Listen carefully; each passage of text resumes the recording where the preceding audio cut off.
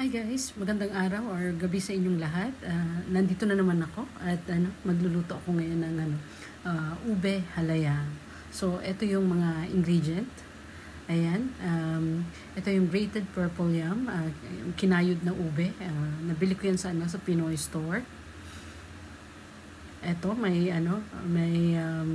butter. Ilan lang yung ingredient natin. At may condensed milk, may coconut milk. So, yan lang. Yan lang yung kailangan natin. Yan guys, ready na. Mag-start na tayo magluto. Ilan lang yung ingredient niyan.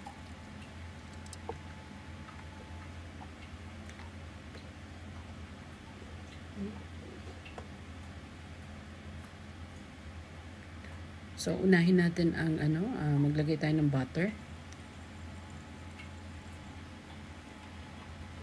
Coconut milk. Susunod ang coconut milk. Haluin lang natin. Condensed milk. Then, condensed milk.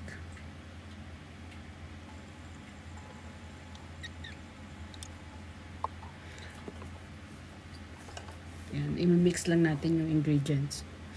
So, bali hindi na natin kailangan maglagay ng sugar kasi yung condensed milk yan ang magbibigay ng Lalagyan na natin tamis. So, ayan, ready na tayo sa sa ating grated purple yam. I-add natin yan. So, 2 pakete ang ilalagay natin.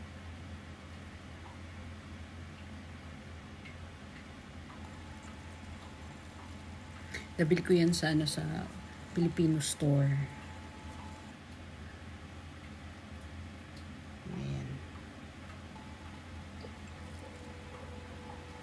Makikita nyo, no? Ang ganda ng kulay niya.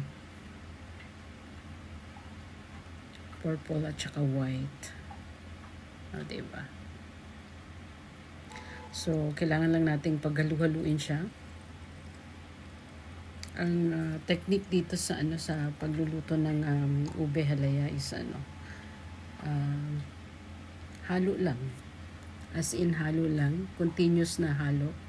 Kasi pag hindi ito hinalo, pwede itong masunog sa sa ilalim At saka para ma-mix yung ingredient niya. Yun lang yung pagluluto ng halaya. So pwedeng sumakit ang ang balikat mo sa kakahalo. Ayan, kung mapapansin nyo, smooth na ang ating ube halaya. smooth na siya.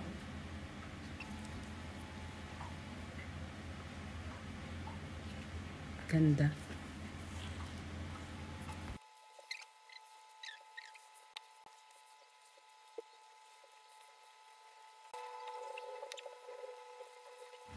Ayan guys, kung napapansin nyo, sobrang smooth na niya at hindi na siya dumidikit sa sa pot. Malapit na tong maluto. Ayan ang sarap. Ang ganda ng kulay niya. Wow. Can't wait. Ang sarap nito guys.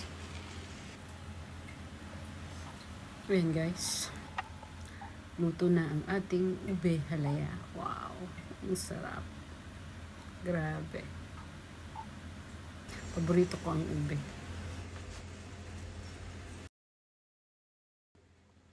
Yan guys. Ang aking ube halaya. Ayan guys.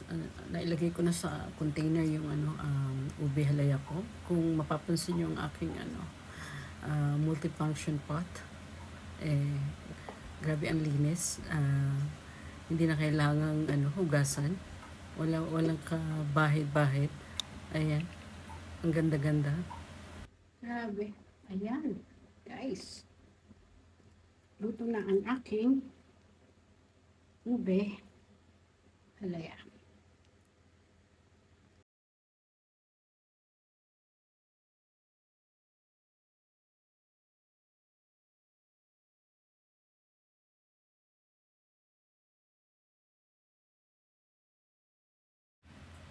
So guys, luto na ang ating ube halaya. Excited na ako kumain. Tagal ko nang gustong kumain nito itong ube halaya. Nagka-crave ako nito. So ayan, finally nakapagluto din ako. Anyway guys, maraming salamat sa panonood, and have a nice day or evening sa inyong lahat. Maraming salamat. Ayan, luto na ang aking dessert. Bye guys!